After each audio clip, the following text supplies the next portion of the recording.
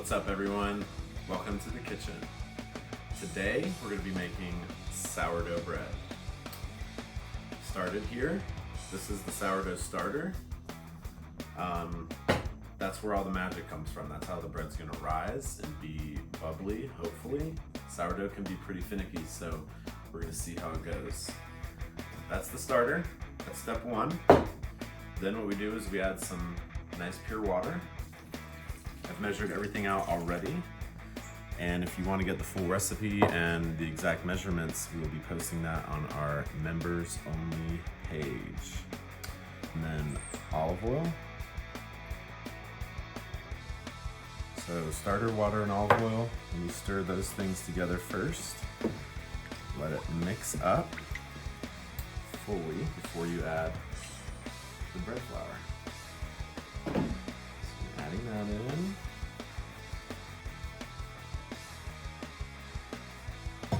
And then the salt. Now's the fun part where you get to use your hands. So we're just going to mix this all up, and what you're going to be left with is kind of like a rough, kind of dry dough ball. That's what you want. Leave this in the bowl. Cover it with plastic wrap. You can use like a very wet rag if you want to, but I found that the plastic wrap, unfortunately, it just seals it better for this process, this initial process, which is called autolyzation. And that is basically the first part of rising where the gluten starts to develop. And that takes about 30 minutes to an hour. And then when that's done, we'll take the plastic wrap off, and then I will cover it with a towel. And then it'll just rise for anywhere from 3 to 12 hours. It just depends on the temperature of the environment. So if it's really hot, it's gonna only be a few hours. If it's wintertime or kind of chilly, it's gonna be 12 plus hours. Considering it's noon right now, and 12 hours from now will be midnight, we will be letting this rise for like 20 hours, and we'll bake it in the morning. So.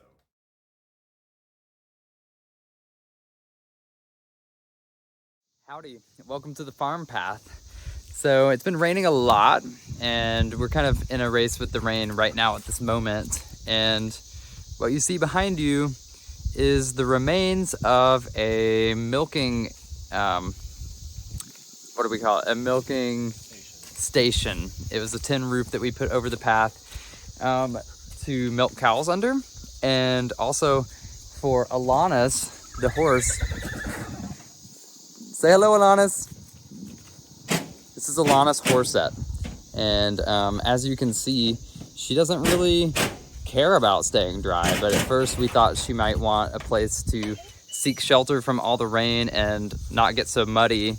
And we built this for her, but she didn't give a damn, and she just continued to run around out there and roll and wallow in the mud. It's kind of like a swamp monster more than a horse. But it fell down. The milking station / horse roof fell down, and we are gonna have to disassemble it and move it off the path, and hopefully be able to do that before it rains. But I thought I would take it as an opportunity to show you just a little bit more of our farm than you may have seen yet. That's one of our coolest trees over there. It's a some type of almond tree, actually. It doesn't actually produce nuts, but it's called almendra. And this is one of our best views. And there's Alanis Horsette, and here are some of our other animals you can see behind me. That's Blanca, our first cow, who is pregnant with her second baby. And that little cow closer to me, the brown and white one, is her first baby, Vida, who is well over a year old now. And then that other one is our bull, Caramello. He's one of the biggest assholes on this whole farm. He was away from the farm for the past week at our neighbor's farm, but they brought him back today because he was bullying a baby cow, just being a big asshole. And way over there, see if you can see them, those little specks. That's the goats and sheep. That's where they spend their days these days. Just munching grass.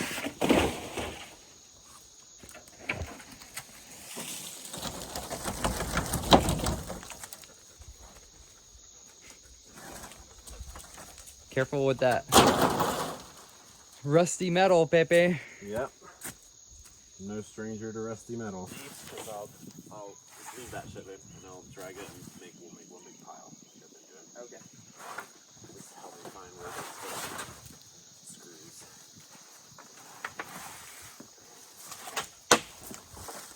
And then, yeah, we'll decide if it's worth keeping or not. I think this one is worth it. I mean, I guess if we're gonna keep any of these. These are already recycled pieces of metal because they came from the original barn on our land, and then their second use, as far as we know, was this, and we're still trying to save them to maybe use them for something else.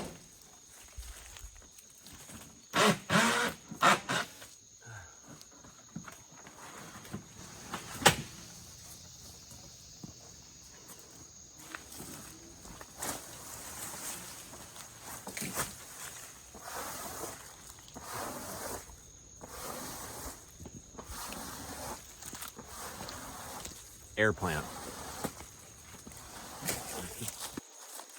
Yeah, these things grow everywhere. You recognize the resemblance to anything that you're familiar with? Here, let me talk about it. Well, I was gonna say that I never it's say a anything, so. bromeliad, which what also is a bromeliad, Pepe? So these are air plants, and you'll see them growing in all the big trees. They kind of just like float in and latch on, and Yeah, then you can just watch them just float in and latch you can like see that, them in real time. like sea creatures. No, but they grow from like little bitty babies. They do latch on, and then they grow into big ones. There's a big one right up here. But yeah, they're air plants, and they are like a pineapple is a type of bromeliad. So if you see this, it looks like the top of a pineapple. Here's the baby one. Yep, there's a little baby. And you find them even smaller than that. So pineapples grow in kind of the same way. They have like really shallow roots, and we've learned that you can actually grow good or perhaps better pineapples by planting them on like rocks, and like, you know, like instead of like digging them into the ground, they kind of float slightly above the ground and put their roots out. And you can feed them like leaves and stuff, because these guys just eat all the leaf matter that falls from the trees and kind of falls around them, as you can see in there. There's all kinds of leaves and stuff. So that's how we grow our pineapples. Which, to be clear, this is not a pineapple, but the original plants that humans cultivated to eventually turn into the types of pineapples that we harvest and eat, and which is the #1 biggest crop in Costa Rica. The originals were air plants. So there you go. What, you say this one is a keeper? I don't know. Yeah. That's pretty gnarly. Yeah, I think this one might be a no. Although, in my decision about what's a keeper and what's not, I've been considering that maybe we could use it for like not roofing, but just like to cover compost piles and stuff like that.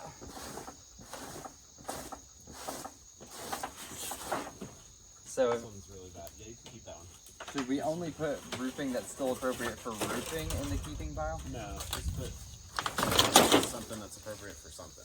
Okay. That is appropriate for something. Yeah, like pretty much all of it. This one, Pretty much all of it is going to be suitable for something. this one's pretty toasted, and there's like a lot of.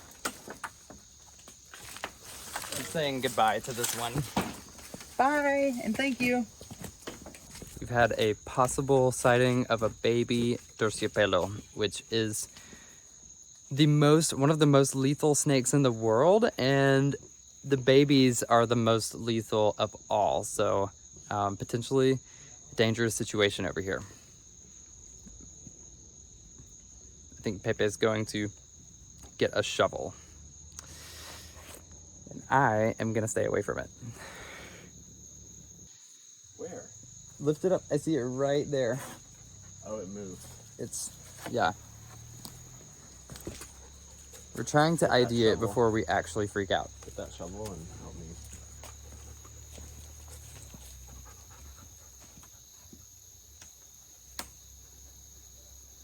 It has triangles. I don't know that it is. We got it. I mean, it looks like one to me. Yeah. Open the. Put your shovel and help me pry this. It's gonna run. No, babe. Where my thing is, where my shovel is, just hold open.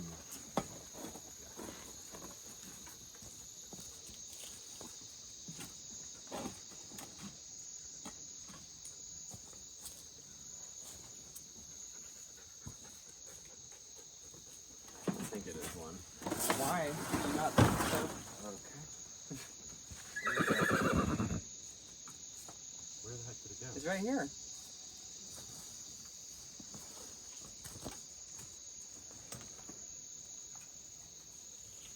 I just don't think it is. Okay, well, just be very careful of every move you make. Even more than usual. Where did it go? It had such a skinny head and neck. Because I think it was a baby.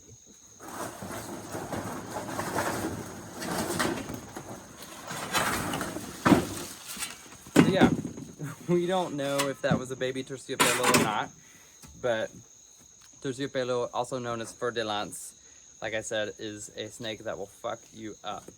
They, if you get bitten by a terciopelo, you have 2 hours to get to a care facility, and even if you get there immediately, you're gonna have some lifelong effects, paralysis, loss of body parts.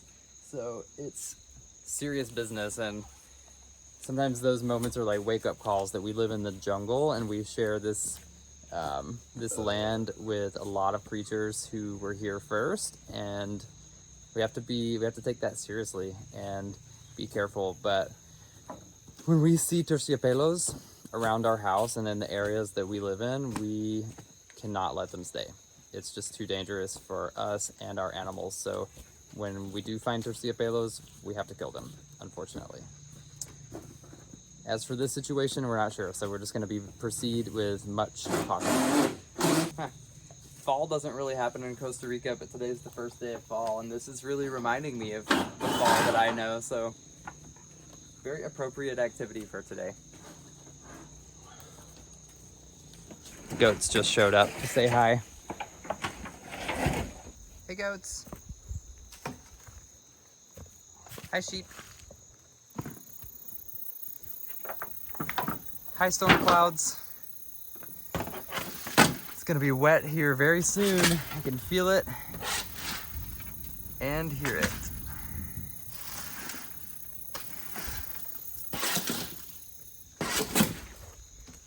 Will we be able to get done with this one task before it hits? What do you think, Pepe? No. It's too much to ask. Rainy season, we accomplish like 0.25 pounds on the farm per day.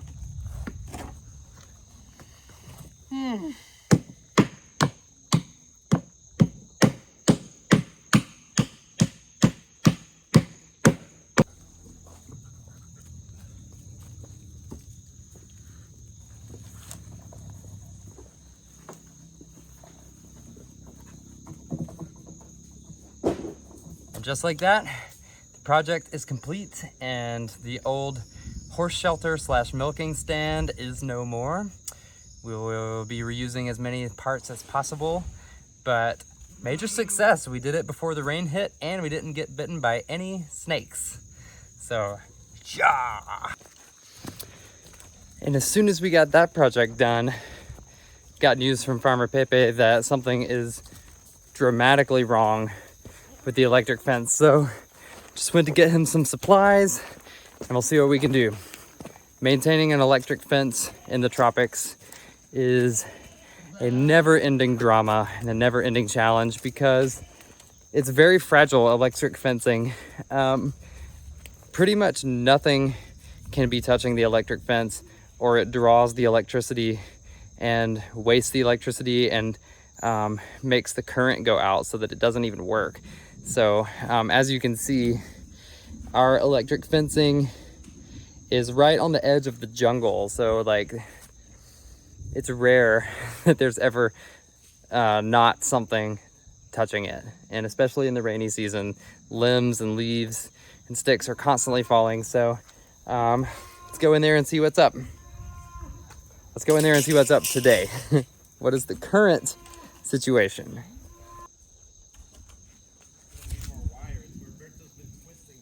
Oh God, that's not good because he's been doing that in lots of places. Oh my God. No, Alanis, do not come out. Stop.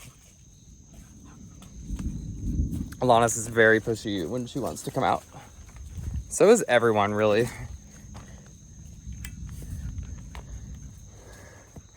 It's a pushy farm animals. Ah! Good thing I turned the fence off because I just ate it. Because there's lots of mud in the rainy season as well.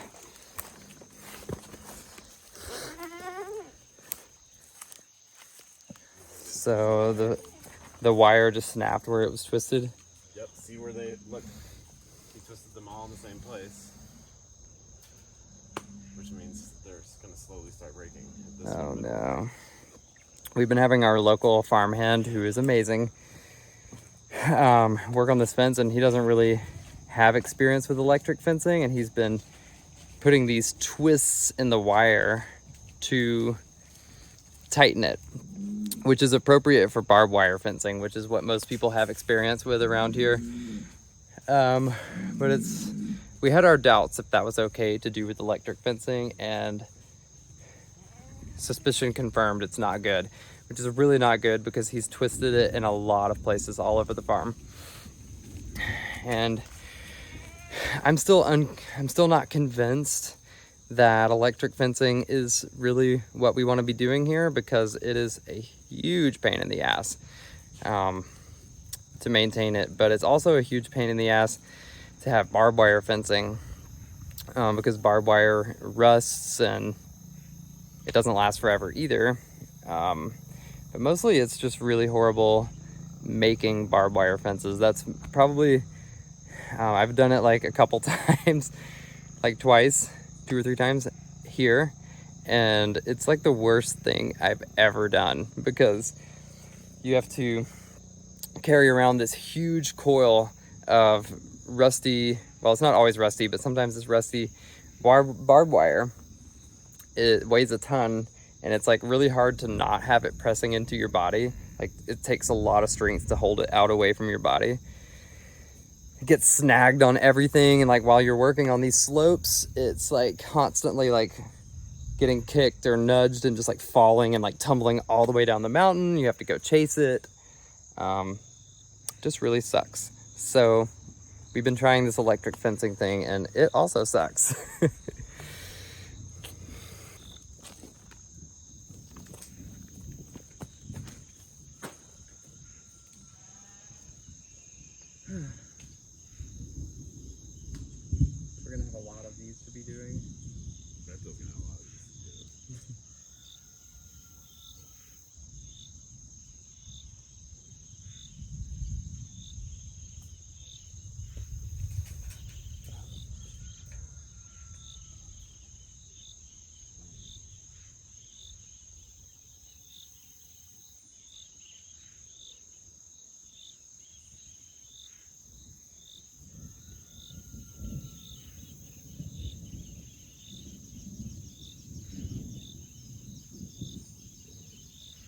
Yeah, crisis averted today. Kind of just had a little bit of work to do, but we just realized that over the coming weeks, Berto is gonna have a lot of work to do on the electric fence to fix all those places where he weakened it by twisting it. But yeah, one reason that we chose to do electric fencing instead of barbed wire was because actually it not only is easier to install, it's also cheaper. It's more expensive. Well, tell us why Electric fencing is more expensive. we chose to go the electric route, because it's such a big pain in the butt. We'd require a lot of barbed wire strands to hold in the goats and sheep if we were just using barbed wire, like 8 minimum, whereas we can get away with 3 electric strands. So the work is easier to set up. Maintenance is probably more intensive because you have to be constantly checking on it and removing shit from it and stuff like that. It's also more humane. It's not dangerous at all. Like, Right, it just shocks them. It doesn't we've had stab animals get caught in barbed wire and be stuck in there and have wounds and stuff. So that doesn't happen with electric. Electric is a mental thing.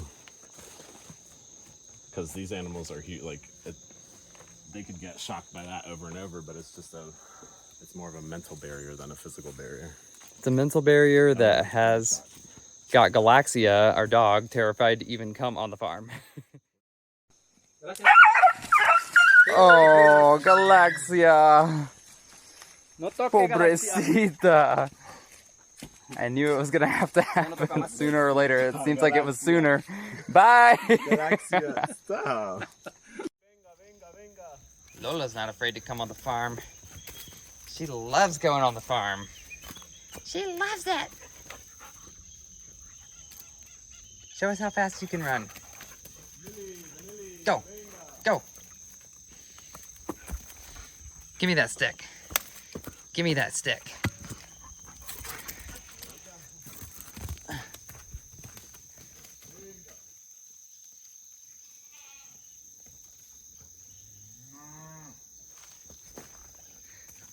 Lola! You love to play fetch. You love it. Give me that. Give me that. Suéltalo. Buena, siéntate. Buena.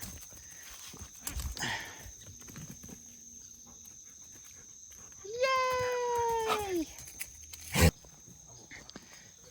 And now it's time to put the goats away before it starts raining. They spend their day out in the pasture. Hey, Tara.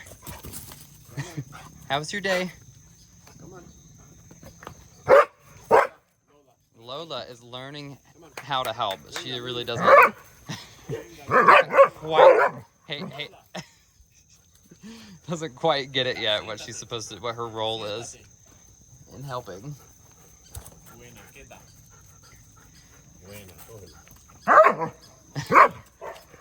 Buena Lola. Too much. All you gotta do is just nip their heels.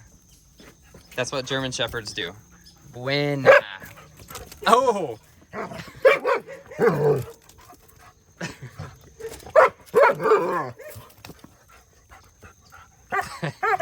Muchas gracias, Lola. Very effective what you just did. Thank you.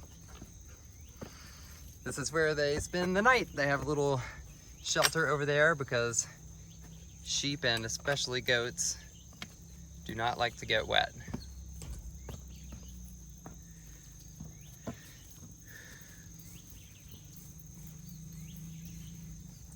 See this perfect Lola paw print?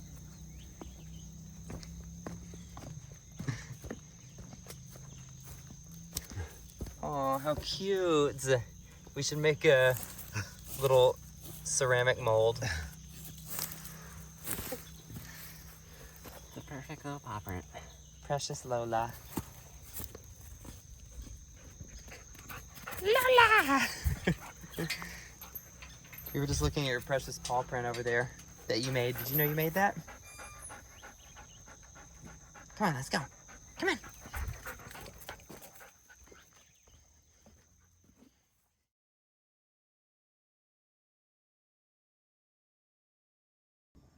Okay, so it's been like 20 hours or so. No, like 18. I don't know. Doesn't matter. But the dough has definitely risen, and you can actually see that it was way higher on the bowl before.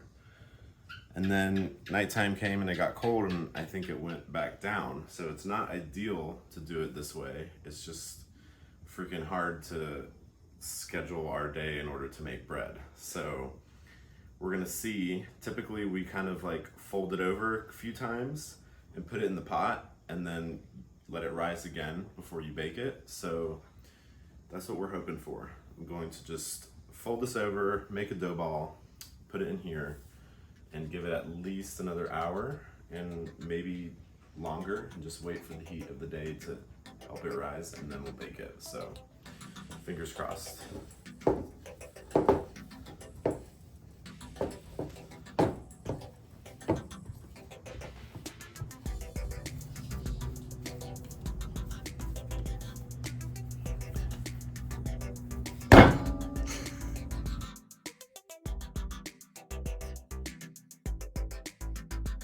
Okay, so this is the finished product.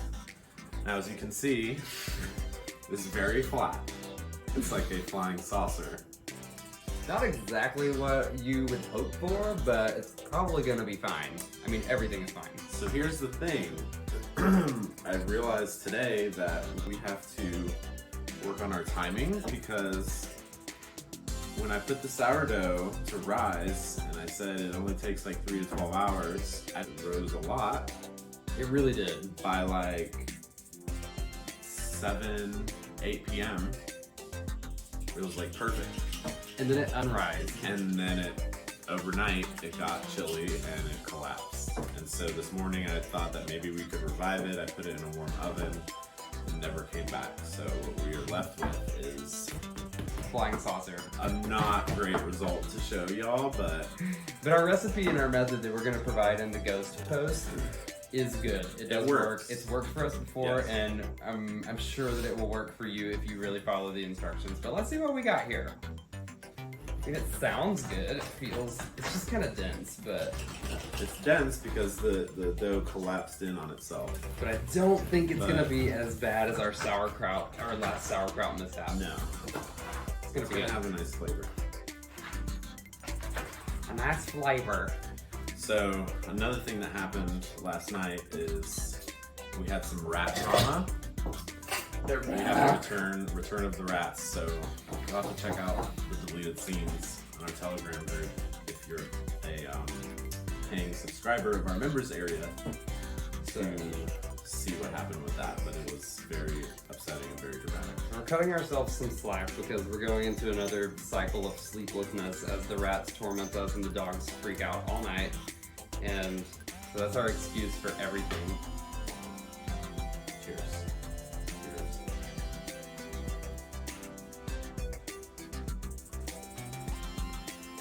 Not bad at all.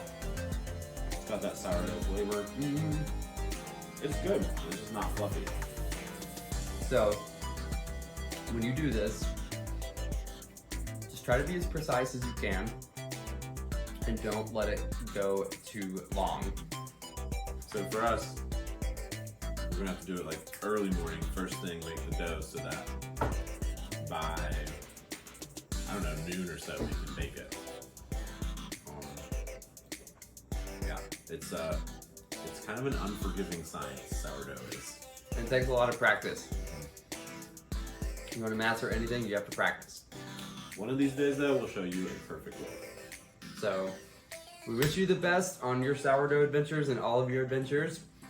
And we'll see you again soon. Thanks for watching. Don't forget to add butter. Everything is fine.